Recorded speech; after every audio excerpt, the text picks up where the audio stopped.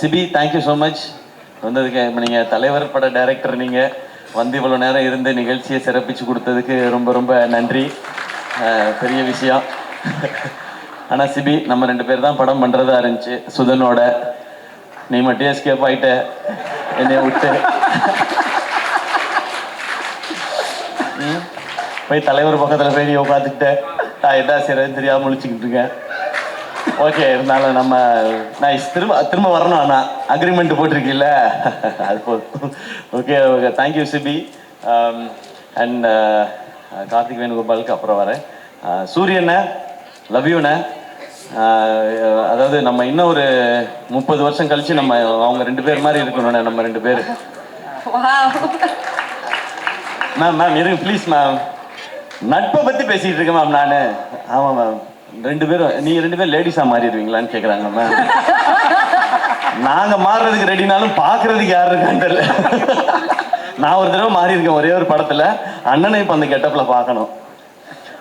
அந்த மாதிரி தான் எனக்கு ஃபீலிங் இருந்துச்சு. நானும் சூரியனும் இதே மாதிரி வந்து சூரியனோட 50வது ஆண்டு விழாவில் கொண்டாடும் போது ஒரு கூட்டு கிளியாக ஒரு அந்த மாதிரிலாம் பாட்டு பாடியே பாட்டேன். ரொம்ப ரொம்ப நன்றிண்ணே. உங்களுக்கு இதுக்கு மேலே எக்ஸ்ட்ரா தேங்க்ஸ் சொல்லக்கூடாது. நான் அண்ணன்ட்ட கேட்டது ஃபஸ்ட்டு சொன்னது, அண்ணன் இந்த படத்தை நம்ம வீட்டில் இருக்க எல்லாரையும் கூப்பிட்டு போய் காட்டுங்க அப்படின்னு சொல்லி. அவங்க எல்லாருக்கும் படம் பிடிக்கும்ன்றது ஒன்று. அந்த குடும்பம் மதுரையில் ஒரு தேட்டருக்கு போச்சுன்னா அந்த ஷோ ஃபுல்லாகிடும் நமக்கு. அன்றைக்கி மதுரையில் எக்ஸ்ட்ரா கலெக்ஷன் வரும்ன்ற ஒரு காரணம் தான். தேங்க்யூண்ணே. இங்கே வந்து இவ்வளோ நேரம் இருந்ததுக்கு. இன்றைக்கி நீங்கள் ஒரு ஆக்ஷன் ஹீரோவாக மாறிட்டீங்க. அப்படி இருக்க ஒரு சூழலில் வந்து இருந்ததுக்கு ரொம்ப ரொம்ப நன்றிண்ணே. இப்போ இந்த படத்துக்குள்ளே வரேன் நான். SK productions. சினிமாவில் வந்து ஏதாவது ஒரு ரோல் நடிச்சிடணும்னு ஆசையோடு வந்தவன் தான் நான். அது வந்து சின்ன ரோலாக இருந்தாலும் சரி, ஒரு காமெடியன் ரோலாக நடிச்சிடணுன்றது தான். ஆனால் ஒரு லீட் ரோல் கிடைக்கும்போது அதை நல்லா பண்ணிடணும்னு நினச்சேன். அப்புறம் ஹீரோ வாய்ப்புகள் வந்தது. மக்கள் எல்லாம் கைத்தட்டி சக்ஸஸ்ஃபுல் ஹீரோன்னு அப்படின்னு சொன்னதுக்கப்புறம் நான் நல்லா இருக்கேன், ஃபேமிலி நல்லா இருக்கு, எல்லாமே ஓகே. ஆனால் ஃப்ரெண்ட்ஸுக்கும் ஏதாவது ஒன்று பண்ணணும்னு தோணுச்சு. அதில் முக்கியமாக அருண்ராஜா வந்து டைரக்டர் ஆகணுன்னு தான் வந்து, என்னை விட அவனுக்கு தான் சினிமாவில் வந்து இருக்கணுன்றது ஆசை காலேஜ் படிக்கும்போது. ஆனால் அவன் இன்னும் ஆகலையே. அப்போ நம்ம இது இல்லை சக்ஸஸ் அப்படின்னு தோணிக்கிட்டே இருந்துச்சு. அப்போ அவனை கூப்பிட்டு, நீ ஒரு கதை எழுதுறா, நம்ம படம் ப்ரொடியூஸ் பண்ணுவோன்னு அவன் சொன்ன மாதிரி அருண்ராஜாக்காக ஆரம்பிக்கப்பட்டது தான் இந்த எஸ்கே ப்ரொடக்ஷன்ஸ், என் நண்பனுக்காக. ஏன்னா நான் அந்த கனா ஃபங்க்ஷனில் சொல்லியிருந்தேன், மக்கள் நீங்கள் எல்லாரும் சேர்ந்து எனக்கு ஒரு மேடை கொடுத்துருக்கீங்க.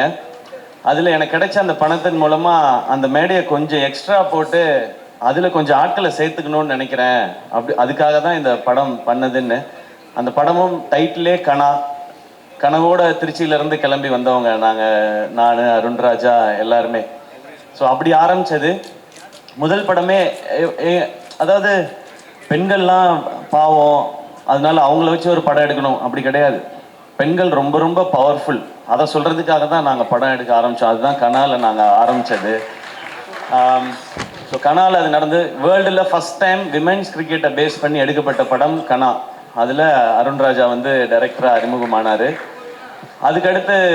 அடுத்து ஏன்னா காசு சம்பாதிக்கணும் அப்படின்னா, நான் ஒரு படம் பண்ணுற நேரத்தில் பேரலாக இன்னொரு படம் ஷூட்டிங் போனேன்னா நிறைய காசு கொடுப்பாங்க மக்கள். அப்படி ஒரு இடத்தையும் ஆசீர்வாதத்தையும் கொடுத்துருக்கீங்க. அப்போ இந்த ப்ரொடக்ஷன் பண்ணுறதுக்கும் படம் பண்ணுறதுக்கும் ஒரு பர்பஸ் இருக்கணும். அப்போ அடுத்து என்ன பண்ணலான்னு போது யூடியூபர்ஸ் எல்லாருமே வந்து சினிமா கனவோட நிறைய பேர் வந்தாங்க. சினிமா வாய்ப்புகள் கிடைக்காம யூடியூப் மூலமாக நம்மளுடைய ஃபேஸை நம்ம அடையாளப்படுத்திக்கலாம், இல்லை ரைட்டிங் அடையாளப்படுத்திக்கலாம். அதன் மூலமாக இப்போ நான் டெலிவிஷன்லேருந்து வந்த மாதிரி யூடியூப்லேருந்து வரதுக்கு நிறையா பேர் இருந்தாங்க. அப்போ ஒரு டீமை பார்த்தேன், நெஞ்சமுண்டு நேர்மை உண்டு ஓடுராஜான்னு ஒரு படம் எடுத்தோம். கார்த்திக் வேணுகோபால் அவர் வந்து அந்த படத்தில் ரியோ அதில் வந்து ஹீரோவாக இன்ட்ரடியூஸ் பண்ணோம். அவரும் அதில் வந்து பண்ணார். அதான் யூடியூபர்ஸ்லாம் சேர்ந்து தமிழில் பண்ண ஃபஸ்ட்டு ஃபீச்சர் ஃபிலிம். ஸோ அதுக்கப்புறம் நாங்கள் வாழ் பண்ணோம், அப்புறம் டாக்டர் பண்ணோம், டான் பண்ணோம், குரங்கு பெடல்னு ஒரு ஃபிலிமை ப்ரெசென்ட் பண்ணோம். அந்த படம் இப்போயும் தமிழ்நாட்டில் நிறைய பள்ளிக்கூடங்களில் ஸ்க்ரீன் பண்ணிக்கிட்டே இருக்காங்க. அதெல்லாம் கலெக்ஷனில் வராது, ஆனால் அது எல்லாமே பசங்களுக்கு போய் ரீச் ஆகிட்டே இருக்குது. அதெல்லாம் எங்களுக்கு எங்கேயோ பிளெஸ்ஸிங்காக வந்துட்டுருக்குன்னு நான் நம்புகிறேன். அதுக்கடுத்து கொட்டுக்காளி பண்ணோம். கொட்டுக்காளியும் ஒரு விமன் எவ்வளோ ஸ்ட்ராங், எவ்வளோ பவர்ஃபுல்னு சொல்கிற ஒரு படம் தான். அது மெயின் ஸ்ட்ரீமாக கமர்ஷியல் ஆஸ்பெக்டில் பண்ணல அதை.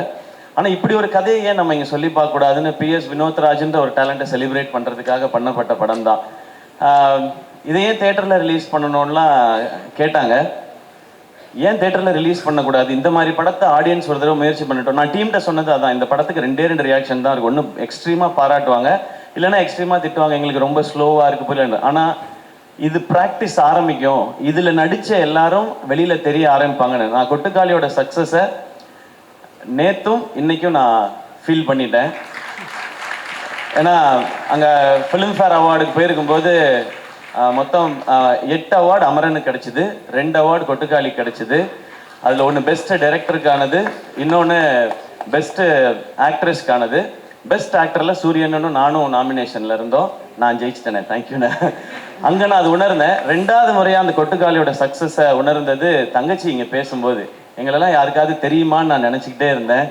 எங்களை எல்லாருக்கும் தெரியுது, அது காரணம் கொட்டுக்காளின்னு சொன்னாங்க. இந்த ஒரு காரணத்துக்காக தான் இங்கே படம் எடுக்கப்படுது.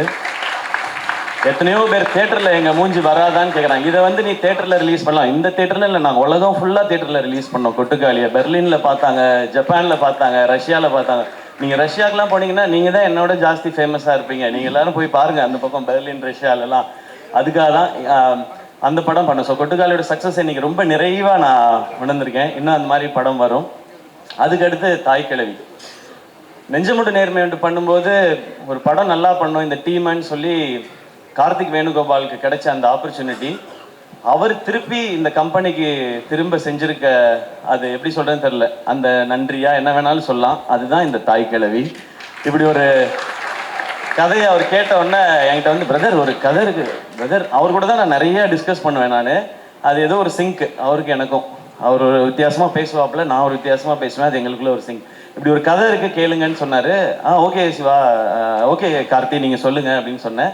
யார் ஹீரோ, யாரை மைண்டில் வச்சு பண்ணிடுறாங்க. அவருக்கு வந்து ஒரு தயக்கம், எதுவுமே சொல்லாமல், பிரதர் நீங்கள் கேளுங்க பிரதர், கேட்டால் உங்களுக்கு பிடிக்கும், உங்களுக்கு பிடிக்கும் நம்புறேன்னு சொல்லி சிவாவை கூட்டிகிட்டு வந்தார். சரி சிவா நான் கேட்குறேன்னு சொல்லிட்டு சிவாட்ட நரேஷன் ஆரம்பித்து ஃபர்ஸ்ட் ஹாஃப் முடிஞ்சுது. நான் ரொம்ப என்ஜாய் பண்ணேன். செகண்ட் ஹாஃப் முடிஞ்சோடனே எனக்கு இதுதான் கதை, இதுதான் படமாக பண்ணணும். இதில் வந்து இந்த கதை, இதில் யார் ஹீரோன்றது முக்கியம் இல்லை, இந்த படத்தில் நடிக்கிற அத்தனை பேருமே ஸ்டார்ஸ். அப்படி தான் எனக்கு தோணுச்சு. அதனால இந்த கதையை உடனே பண்ணுறோன்னு அவர்கிட்ட சொன்னேன். சொல்லி முடிச்சுட்டு சிவாட்ட, சிவா நம்ம பண்ணுறோம் எல்லாம் சொல்லிட்டு சைன்லாம் பண்ணிவிட்டு நான் கலைகிட்ட சொன்னதை தான், சிவா நம்ம இது வரைக்கும் நம்ம கம்பெனியில் யாரையுமே 2 ஃபிலிம்னு சைன் பண்ணதே இல்லை, சிவாவை 2 ஃபிலிமுக்கு சைன் பண்ணுவோம் நம்ம. ஏன்னா எல்லாரும் நினச்சிட்டு இருப்பாங்க சேயோன் வந்து இப்போ தாய் கிழவி அவுட்டை பார்த்துட்டு நான் டிசைட் பண்ணிட்டேன்னு நினச்சிட்டு இருப்பாங்க அவரோட படம் பண்ணோன்னு. இவர்கிட்ட ஃபர்ஸ்ட் நாள் கதை கேட்ட அன்னைக்கு நான் டிசைட் பண்ணது இவரோட அடுத்த படம் நான் அதில் ஹீரோவாக நடிக்கிறேன்றது. அதை நான் வந்து சிவாட்ட ரொம்ப லேட்டர் ஸ்டேஜில் தான் சொன்னேன். நான் கலைகிட்ட சொல்லிட்டேன், இப்படி ஒரு ரூரல் ஸ்கிரிப்ட் இதுதான் எனக்கு ரொம்ப பிடிக்கும். ஏன்னா என் ஊருக்கு போன மாதிரி, எங்கள் அம்மாச்சி ஊருக்கு போன மாதிரி, பிரான்மலைக்கு போன மாதிரி ஒரு உணர்வை எனக்கு கொடுத்தாரு சிவா. இது ஆடியன்ஸுக்கு கொடுக்கணும், இது இந்த படம் சிறப்பாக வரும், அதே மாதிரி நம்ம ஒரு படம் ஹீரோவாக நடிக்கிறோன்றது தான். ஸோ சிவா உங்களுடைய நரேஷன், உங்களுடைய ரைட்டிங், இதெல்லாம் தாண்டி எனக்கு பிடிச்சது உங்ககிட்ட இருக்க அந்த ஜெனுவினிட்டி. அது ரொம்ப ரொம்ப கம்மி. அது ஒருவேளை நிறைய இருந்தால் கூட இந்த இண்டஸ்ட்ரியில் இருக்கிற எக்கோ சிஸ்டம் அதை குறைச்சிக்கிட்டே தான் வரும் அது. ஆனால் அது உங்களுக்கு நடக்க விடாமல் பார்த்துக்க வேண்டியதான் என் பொறுப்புன்னு நான் நினைக்கிறேன். அதை நான் பார்த்துக்குவேன். அந்த ஜெனுவினிட்டி இந்த ஸ்கிரிப்டில் இருந்தது தான் எனக்கு இவ்வளோ பேரும் புகழ்றது காரணம். இது வந்து இந்த கேரக்டர் ஜாஸ்தி சொல்லணும், இந்த கேரக்டர் இறக்கி சொல்லணும் அப்படிலாம் இல்லாமல் மொத்த கேரக்டர்ஸும் ஒரு ஃபேமிலி மாதிரி எடுத்துகிட்டு போய் மொத்தமாக எழுதியிருக்காங்கல்ல. உலகநாயகன் கமல் சார் படம் பார்த்துட்டு சிவாட்ட சொன்னது வந்து, இந்த படத்தில் நிறைய நட்சத்திரங்களை நீங்கள் உருவாக்கியிருக்கீங்க அப்படின்னு சொன்னார். இது இங்கே இருக்கிற எல்லாருக்குமே சேர்றாது. அந்த ஜெனுவினிட்டி தான் இந்த ஸ்கிரிப்டை பண்ணணும்னு தோணுது, அந்த ஜெனுவினிட்டி தான் உங்களோட பயணிக்கணும்னு தோணுது. நீங்கள் எடுத்தது தான். எனக்கு இப்படி டெக்னீஷியன்ஸ் வேணும்னாரு, ஓகே. காஸ்டிங் மட்டும் அவர் ஒரு காஸ்டிங் கொண்டு வந்திருந்தாரு. இல்லை இது வந்து நம்ம இப்படி பண்ணலாம், அப்போ தான் இன்னும் வைடராக ரீச் ஆகும் அப்படிங்கிறத வச்சு பண்ணது. அப்புறம் ஃபைனலாக யார் இந்த ரோலை பண்ண போகிறாங்கன்னா ராதிகா மேம் அப்படின்னு சொன்னார். நான் ஏற்கனவே பேசியிருக்கேன், ஆனால் இந்த மேக்கப் அதெல்லாம் கொஞ்சம் இருக்கும்போது, மேம் இது இந்த படம் பார்த்த எல்லாரும் நாங்கள் சொல்கிறோம், பட் இந்த படம் பார்த்த இதுக்கப்புறம் மக்கள் எல்லாரும் சொல்லுவாங்க, உங்களை தவிர இதை பண்ணுறதுக்கு எனக்கு தெரிஞ்சு இந்தியாவில் ஆள் கிடையாது மேம் இந்த ரோலை பண்ணுறதுக்கு. இதை நாங்கள் வந்து ஒரு சினிமா எக்ஸ்பீரியன்ஸ்லேயோ ஹீரோலையோலாம் சொல்ல மேம், ஒரு ரசிகனாக சொல்லிக்கிட்டு இருக்கேன் மேம். உங்களுடைய அண்ட் ரொம்ப தேங்க்ஸ் மேம். ஏன்னா நடுவில் என்னாச்சுன்னா அவங்களுக்கு நீ ப்ராப்ளம் வந்து ஆப்ரேஷன் பண்ணாதான் அதுக்கப்புறம் அவங்களுக்கு அந்த பெயின் குறையும்னு சொன்னாங்க. அதனால மேம் வந்து கேட்டிருந்தாங்க, அந்த ஆப்ரேஷன் முடிச்சுட்டு வந்து கண்டினியூ பண்ணலாமான்னு. பட் நடிச்சிட்டு இருக்க எல்லாருமே, எல்லா ஆர்டிஸ்ட்டுமே பயங்கர பிஸியான ஆர்டிஸ்ட். நீங்கள் அவங்க டேட்டை இப்போ 10 நாள் விட்டிங்கன்னா திரும்ப எல்லாரையும் அசம்பிள் பண்ணுறது ரொம்ப கஷ்டம். நான் சொன்னேன், கலை ப்ரோ எதுவுமே பேசாதீங்க மேம்கிட்ட, காலில் படார்னு விழுந்துருங்க, வேற வழியே கிடையாது. இதை மிஸ் பண்ணுன்னா நமக்கு கிடைக்காது, நீங்க மேம்கிட்ட போய் சொல்லலாம். அப்புறம் மேம்கிட்ட எக்ஸ்பிளைன் ஒன்று புரிஞ்சுக்கிட்டாங்க. மேம் நீங்க நடக்கிற மாதிரி இருக்க போர்ஷன் மட்டும் அப்புறமா எடுத்துக்கிறோம், அதுல நீங்க மட்டும்தான் இருக்கீங்க, மற்றதெல்லாம் எல்லாரோடய எடுத்து முடிச்சிடறோம்னு சொல்லி ஒரே ஸ்கெடியூல்ல எடுத்து முடிச்சோம். அப்படி பண்ணாதான் இது பண்ண முடியும். ஏன்னா இன்னைக்கு நம்ம இந்த பக்கம் உட்காந்து படம் நல்லா வந்திருக்குன்றதுக்கு அப்புறம் நம்ம இதை பண்ணிட்டு இருக்கோம். ஆனா அந்த கால்குலேஷனுக்கு அது கரெக்டா வந்து சேரணும், அந்த டேஸ்க்குள்ள முடிக்கணுன்ற நிறைய ப்ரெஷர் இருந்தது. பட் உங்களுடைய சப்போர்ட் அண்ட் எல்லாருடைய சப்போர்ட்லையும் சிவா வந்து என்ன டேட்ல படம் முடிக்கிறேன்னு சொன்னாரோ அந்த டேட்ல படத்தை முடிச்சாரு. அதுக்கு காரணமா இருந்த சிவகுமார் முருகேசன் அவரும் அவருடைய டீம் எல்லாருக்கும், அவங்களுடைய அசிஸ்டன்ட் டைரக்டர்ஸ் எல்லாருக்கும் வாழ்த்துக்கள்.